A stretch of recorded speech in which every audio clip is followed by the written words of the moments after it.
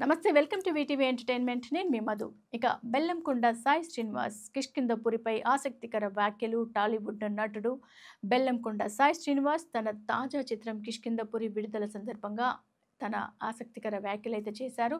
మరి సినిమా ప్రమోషనల్లో భాగంగా సంవత్సరానికి 3 సినిమాలు చేసే హీరో గొప్పవాడా? లేక 3 ఏళ్లకు ఒకటి చేసే హీరో గొప్పవాడా అని ప్రశ్నించారు. ఈ వ్యాఖ్యలు సినీ పరిశ్రమలో నటుల వృత్తిపరమైన నిబద్ధతపై చర్చలకు దారితీస్తున్నాయి. మరి 'కిష్కింధపురి' సినిమా సెప్టెంబర్ 12, 2025న విడుదలై ప్రేక్షకుల నుండి మంచి స్పందనను పొందింది. ఈ చిత్రంలో బెల్లంకొండ సాయి శ్రీనివాస్ ప్రధాన పాత్రలో నటించగా, అనుపమ పరమేశ్వరన్ కథానాయికగా నటించారు. కౌశిక్ పెగల్లపాటి దర్శకత్వం వహించిన ఈ హారర్ థ్రిల్లర్ మిస్టర్ యాక్షన్ అంశాలతో ప్రేక్షకులను ఆకట్టుకుంటుంది.